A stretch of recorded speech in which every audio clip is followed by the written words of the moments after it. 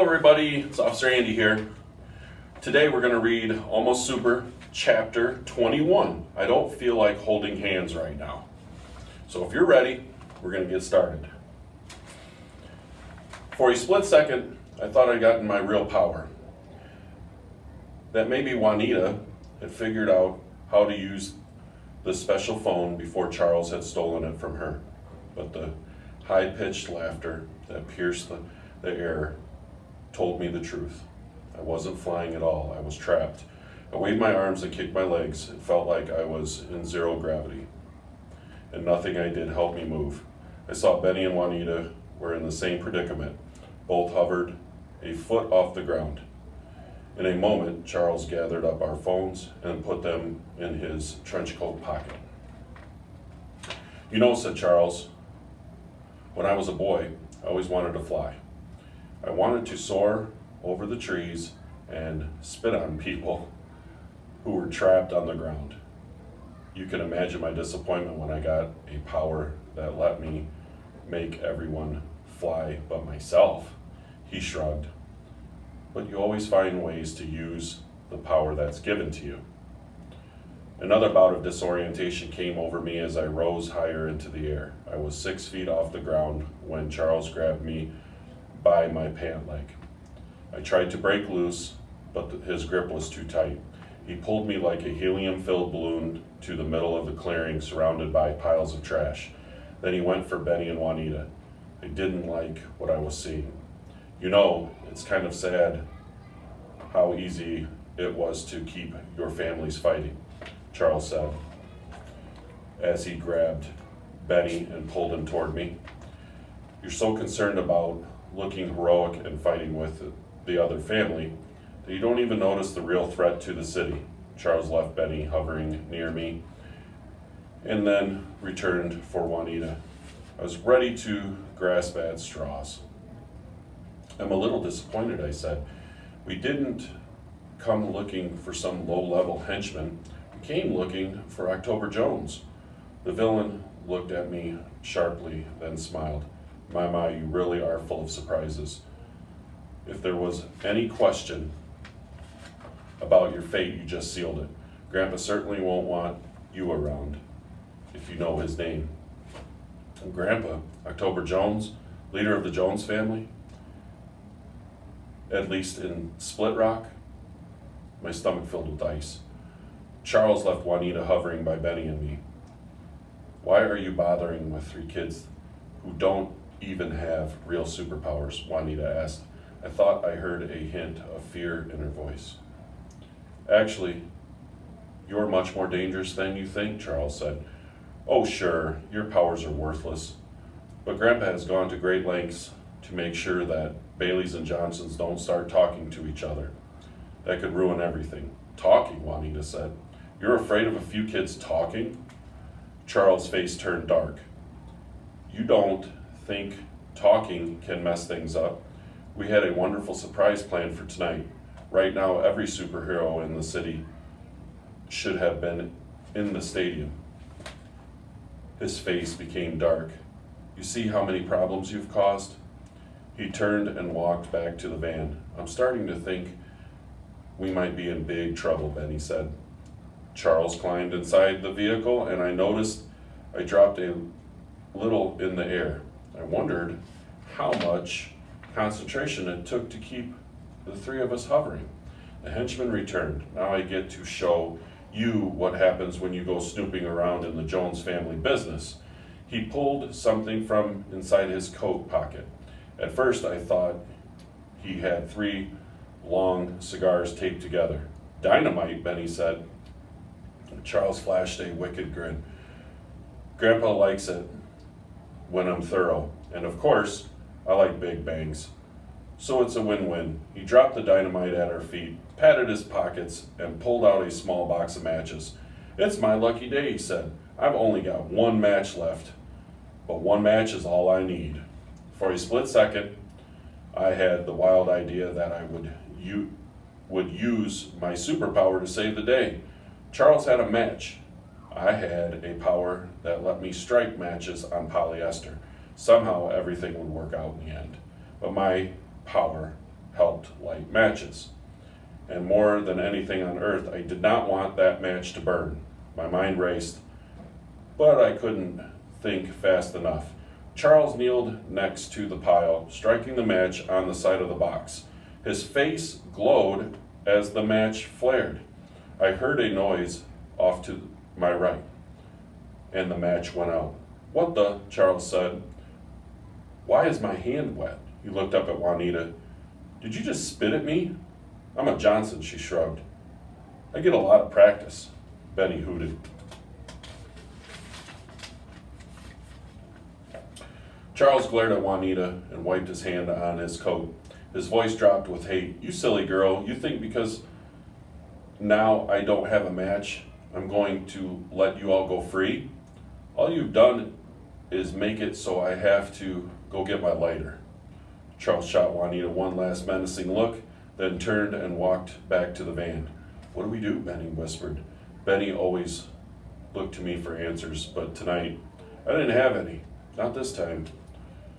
It felt like my world was crashing down around me. All I ever wanted was to save the day. And here we finally had a chance. Not just to fight the Johnsons, but to really save the day, to do something important. And when it really mattered, I'd come up short. In the end, I didn't have what it took to be super. "We can do this," Benny said. "Rafter, you're the one who is always talking about tactics. What's our plan?" I shook my head. "This is different, Benny. This is real." Benny was pleading now. "Listen, pretend you're looking through the monitors. All of us are the green dots moving around. What would you tell us to do?" I shook my head. "It's hopeless, Benny." "Please." His voice was a whisper. "Just try." Benny didn't get it. There was nothing to do. All was lost. All is lost. The words triggered something deep in the back of my mind. A voice, rough and gravelly, whispered to me. I recognized it at once, the voice of Grandpa. When all is lost and hope is nowhere to be found, at that moment a superhero stands up, looks evil right in the eyes, and says, "Is that the best you can do?" I felt a low burn of anger. Maybe I did get a worthless power, but that didn't mean I was worthless. Taking a deep breath, I closed my eyes and drew a map in my mind. The garbage piles, the van, the tower. I placed 4 dots on the map, me, Benny, Juanita, and Charles. The 3 of us were immobile. There had to be something. No weapons, no phones, there had to be something. Our powers, I had examined all the options. I had no matches. Juanita had no toilet. Benny could do his push-ups, but that wasn't, no, not push-ups. Benny's power was his belly button, but that didn't help either because push-ups. I opened my eyes, a single idea. I looked at Benny, judging the distance between the 2 of us. He nodded, and I saw complete trust in his face. Charles was still rummaging around in the front of the van. "Benny," I whispered, "give me your hand." "What?" Benny asked. "I don't feel like holding hands right now." "No, I need to be closer to you. Grab my hand." Benny reached out. I leaned as far as I could. We were still too far apart. "Stretch," I said. He reached out, his fingers quivering. Our hands were still a good 6 inches apart. Juanita twisted in the darkness. "I think I can help." She bent at her waist and reared back, kicking Benny in the backside. She drifted back and Benny drifted forward. "Never pass up a chance to kick a Bailey," Juanita said with a smile.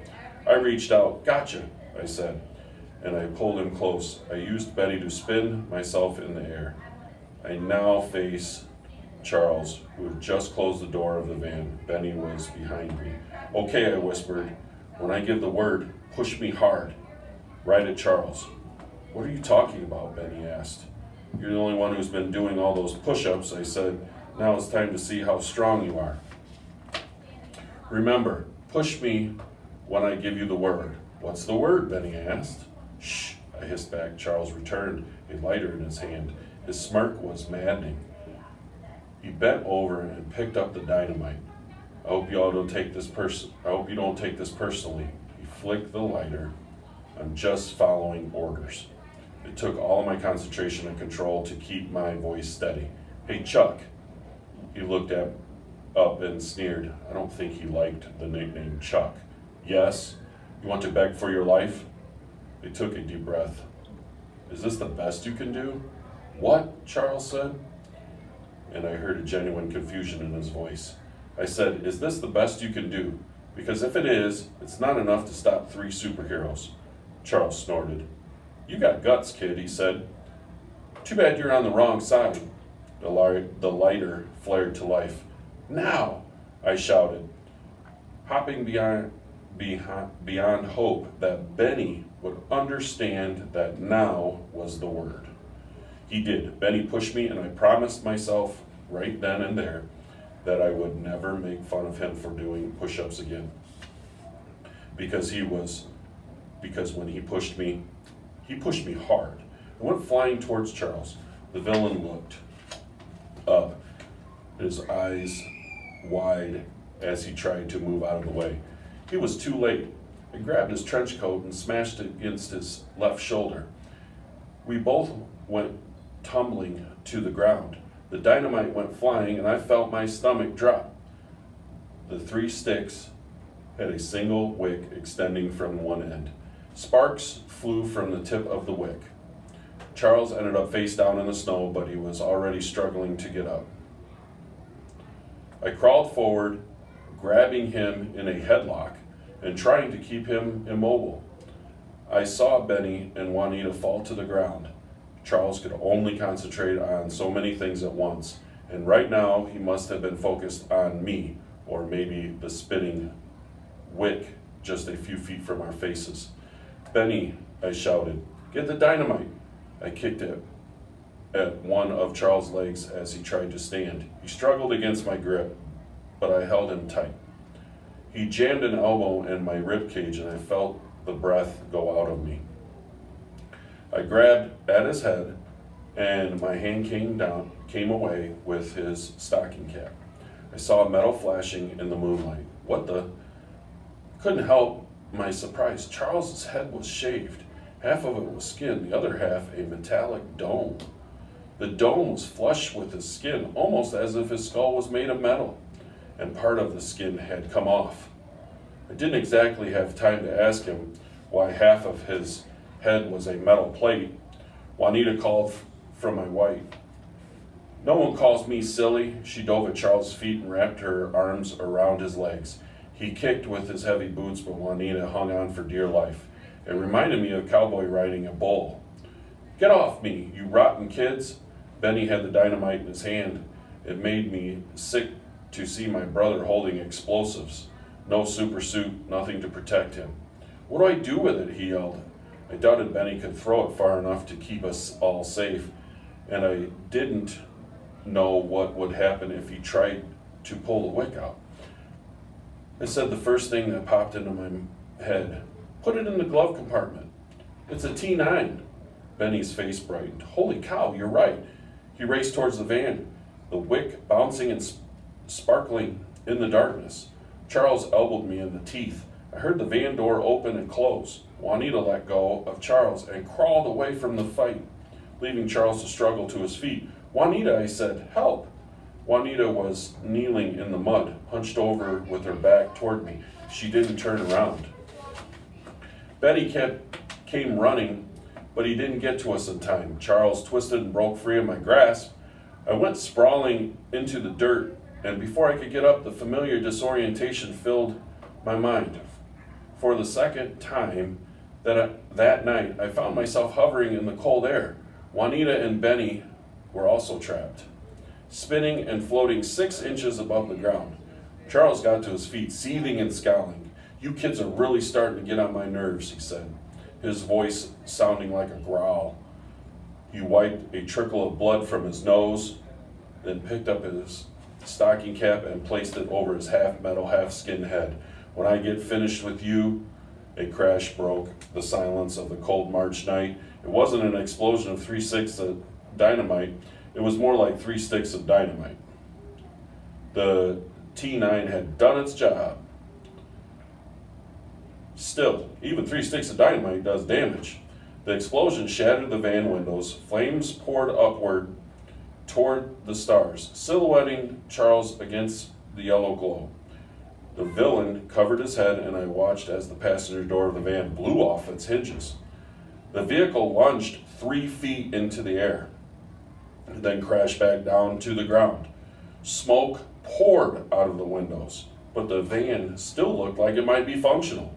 "Woo-wee," Benny shouted. "That T9 is one strong glove compartment." Charles looked in disbelief at his smoking vehicle. "My van," he said, then slowly turned to face the 3 of us. "You don't think I can do things the hard way?" His voice was cold. "You're about to find out just how unpleasant the hard way is." He leaned over and pulled a wicked-looking knife from one of his boots. "Hey, Charles," Juanita said behind me. Her voice was surprisingly calm. "What does this button do?" Charles looked confused for a split second, then he leaped forward. Juanita held Charles's phone in her hand. The tower began to whine and crackle. Charles grabbed at the phone, but Juanita was still floating. She kicked at his chest and held the phone out of his reach. The noise grew until the tower seemed to scream with an electronic buzz. Then there was a flash of light and a loud explosion. The 3 of us went crashing to the ground. That is the end of chapter 21. And up next, chapter 22. Do you feel it? Have a great day.